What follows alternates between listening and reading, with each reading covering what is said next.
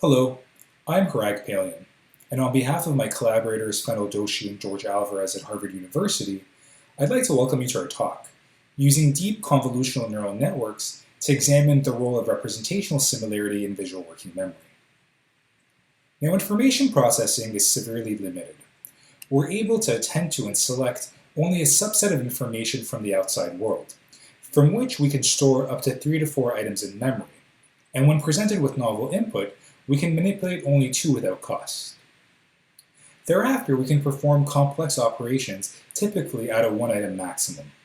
And so this raises the question, what is the source of these cognitive limitations? Centuries of cognitive research have attempted to explain such limits using terms like limited resources, capacity limits, load, and so on. And yes, such terms have been instrumental towards catalyzing such great work, but they simply relabel behavioral phenomena without explaining why they occur.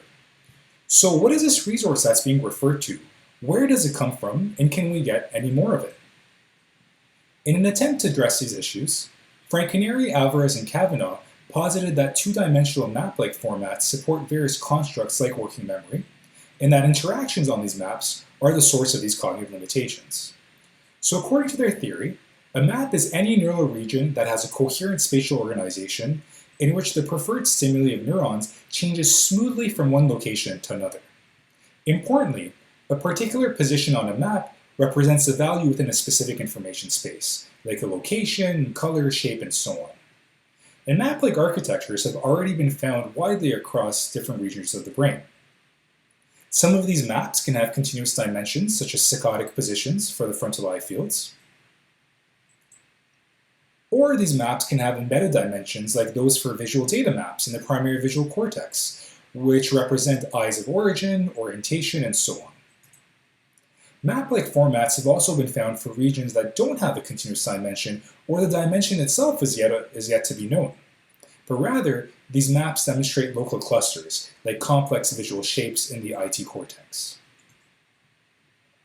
In this vein, Franconeri and colleagues theorized that such map-like architectures can also serve to support mid to higher level representations for systems like visual working memory. Though the dimensions of these higher order maps are yet to be identified, items are thought to occupy a location in this space.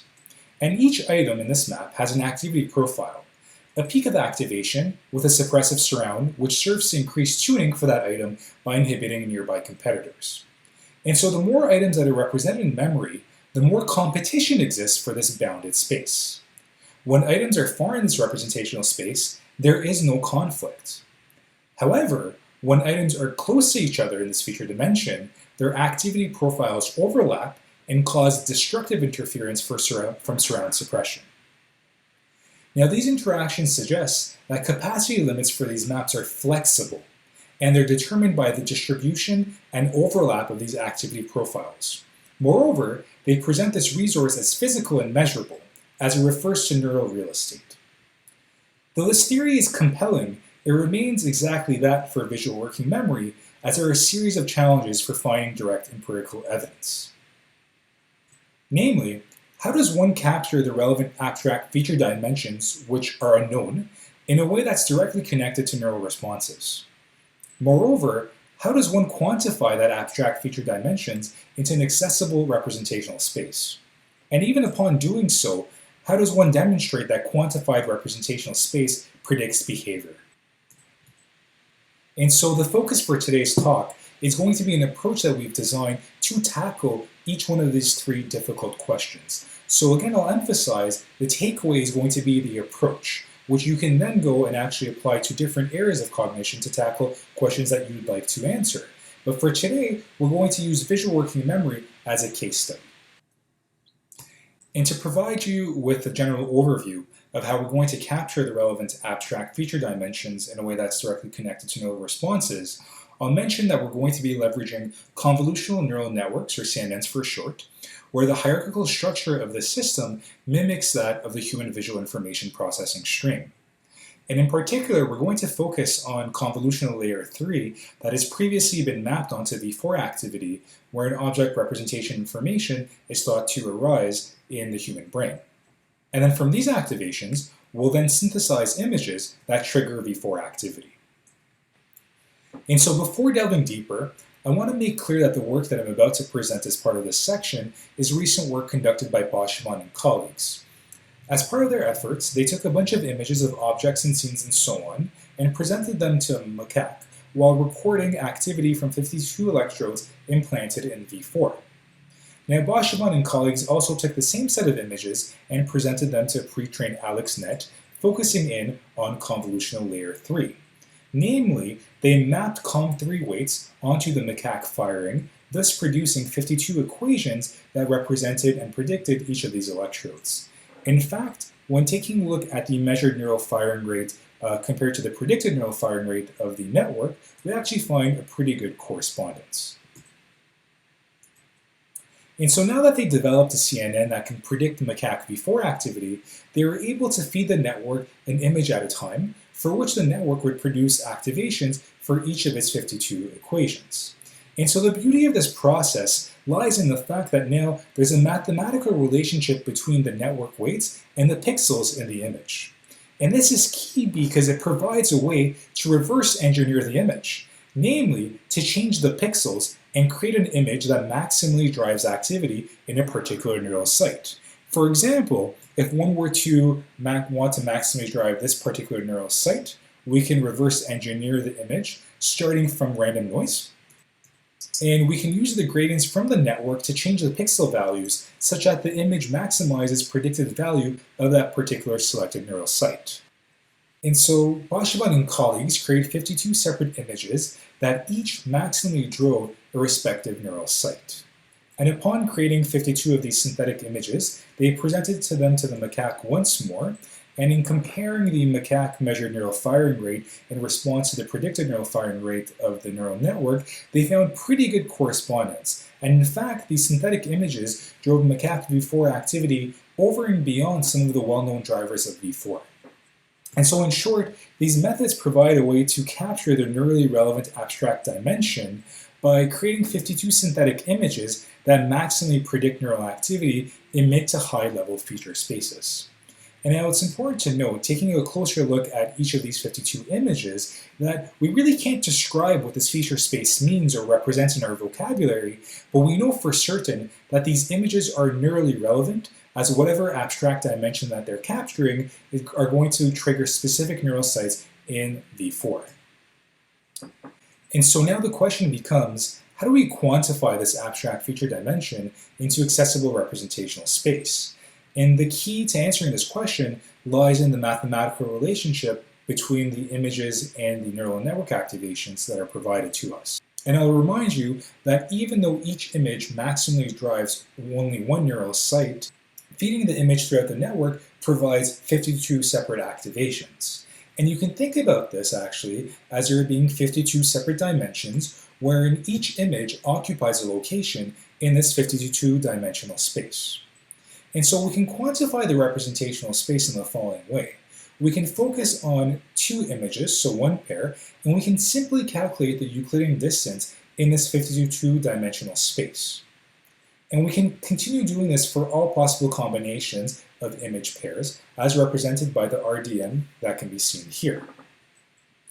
We can also visualize these distances using an MDS plot presented in 3D, where you see this representational geometry of the space where each dot represents a separate image. Here's an example of two images that are near in representational space, and here's an example of two images that are far in this representational space. And conceptually, these map onto the 2D maps wherein items near in the representational space can overlap and interfere with each other, whereas those that are far in representational space are not going to be competing for this bounded resource. And so now that we've quantified this representational space, we can demonstrate that it predicts human behavior in the following way. Now, within this case study, we're going to be focusing on whether the representational similarity based on this space influences working memory performance. And we already have synthesized images that represent locations in near versus far representational space, where we expect to see either suppressive interactions in our maps or those that produce no conflicts at all. And we can use images from these two different categories in a change detection task, where we expect performance to be lower for items that are near in representational space compared to those that are further away. So in the change detection task that we've used, we present participants with 3 of these synthetic images randomly sampled, and we ask them to remember them because they're taken away during a brief retention period, after which one of 2 things can happen. The item that shows up can be exactly the same as that occupied the same location in the memory display, or it could have changed in identity. And participants have to respond whether there was a change or no change between the memory and the test displays. Now, the key manipulation here is that when a change did occur, the post-change target identity could have been far in this representational space relative to the memory item, or it could have been near in this representational space relative to the memory item. And here are a few examples of these pre- and post-target identity changes based on whether the changes were far or near in representational space. And so what did we find?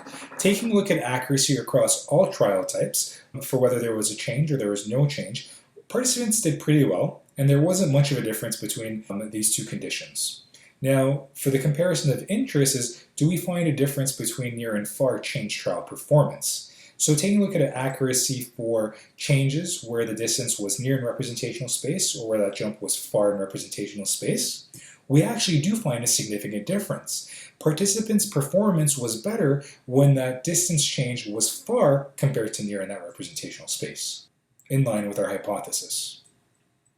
So we do find that representational similarity does influence change detection performance. Now, I'll be very clear to say that with this experiment, we don't know whether this conflict is taking place during the storage, encoding, or comparison portion of change detection, but this remains an active area of exploration for us. But at the very least, we find that representation similarity does influence change detection performance as predicted. So to conclude, as part of our approach, we were able to synthesize images that predict neural activity in mid to high level feature spaces, and we were able to calculate the distance, here we use Euclidean distance, based on the network activations for images to kind of quantify this representational space. And in doing so, we were able to compare performance in our case study of change detection across images based on the proximity in this representational space to see that we really can predict human behavior. So moving forward, there are a series of experiments we'd love to kind of explore, focusing on the storage and the encoding aspect of things, namely to see if there are any set size effects in the memory display portion of our task.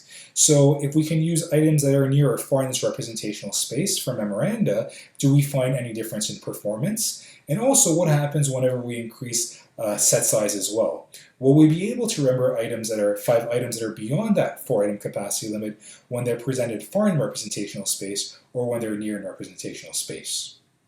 Furthermore, we'd like to parametrically vary stimuli to characterize the suppressive surrounds of these map activations. So for a given pair of images, we can actually traverse between these images in the representational space and create different images that represents points across the space. And we can see in doing so at which point can we actually get to see differences in performance where you get this inhibitory effect. And this can really help characterize the suppressive surrounds and their shapes as well as their interactions. In short, we developed a CNN-guided approach that can be used to generate biologically plausible hypotheses of cognitive architecture and related constraints. Now here we use this method to investigate map-like architectures limiting working memory performance, but we present this as a tool for the scientific community to connect neurophysiology and perceptual psychology to pursue broader cognitive questions. Thank you for your attention and memory. If you have any questions, please feel free to email me at parag.palin@gmail.com.